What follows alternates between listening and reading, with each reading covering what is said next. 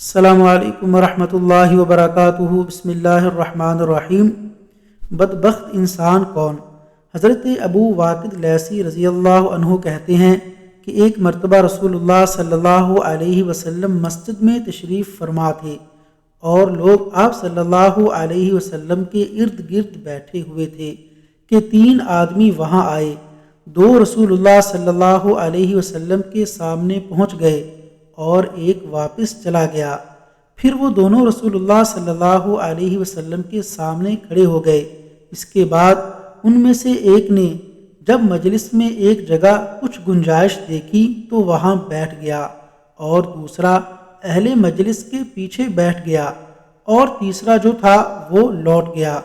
تو جب رسول اللہ صلی اللہ علیہ وسلم اپنی گفتگو سے فارغ ہوئے تو صحابہ کرام رضوان اللہ علیہم اجمعین سے فرمایا، کیا میں تمہیں 3 آدمیوں کے بارے میں نہ بتاؤں؟ تو سنو۔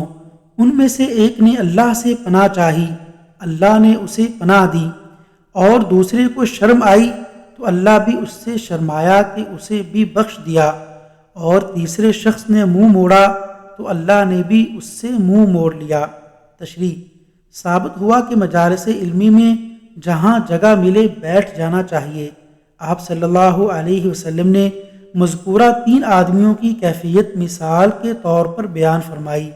ایک شخص نے مجلس میں جہاں جگہ دیکھی وہاں ہی وہ بیٹھ گیا، دوسرے نے کہیں جگہ نہ پائی تو مجلس کے کنارے جا بیٹھا، اور تیسرے نے جگہ نہ پا کر اپنا راستہ لیا واپس چلا گیا۔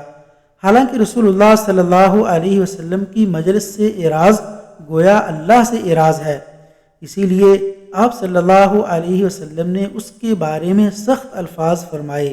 اس حدیث سے ثابت ہوا کہ مجلس میں آدمی کو جہاں جگہ ملے وہاں بیٹھ جانا چاہیے، اگرچہ اس کو سب سے آخر میں جگہ ملے۔ آج بھی وہ لوگ جن کو قرآن و حدیث کی مجلس پسند نہ ہو بڑے ہی بدبخت ہوتے ہیں۔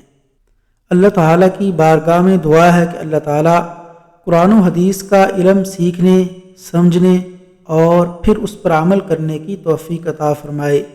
آمین یا رب العالمین۔